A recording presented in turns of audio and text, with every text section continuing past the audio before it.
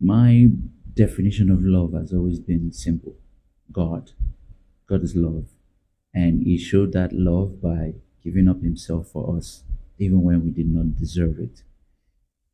Whatever kind of love that doesn't live up to that, for me, it's still the learn. That love still the learn.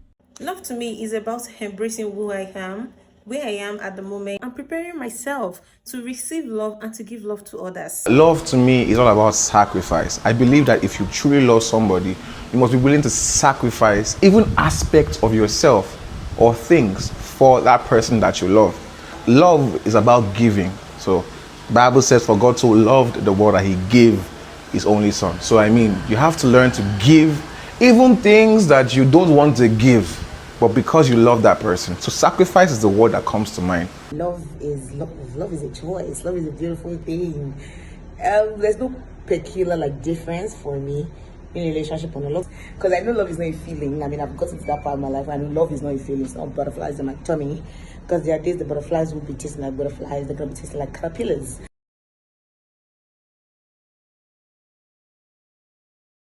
Well, I personally don't celebrate Valentine's Day, so just we're having a normal day, right? Like a really normal day.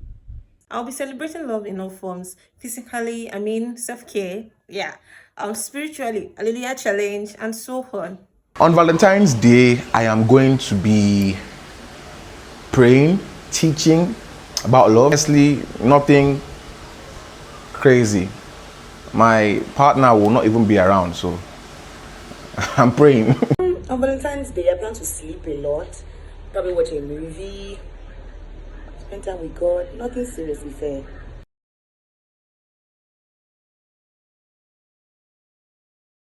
My simple advice for you would be to remember that you are much more than your singleness or singlehood.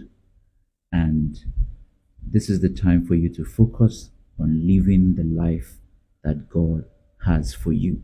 Don't see this face as waiting, rather see it as living. Enjoy yourself as a single person. I promise you're not missing out on anything. Also, try to learn, gain knowledge, learn, unlearn, relearn, and do all of that learning. In all, please enjoy yourself and love yourself unconditionally. Singleness is not the time for you to fantasize about how you're going to get married.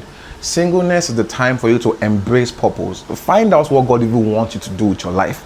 Don't focus on what, the person that you want to be with. Focus on God. Focus on what He is saying about you. Focus on what He wants you to do. Have you ever said, "Here I am, Lord, send me"? Start saying that before you think of who you will get married to. In fact, that can help you to determine the right partner for you. Wait again. Wait again. When God is preparing something, it's always huge. I always use the example of a cocoa and maize. You can plant maize 3-4 times, but you plant cocoa 20 years, that's when it's coming out. But I'm not saying you're waiting for 20 years, but just keep waiting. God's time is always fantastic.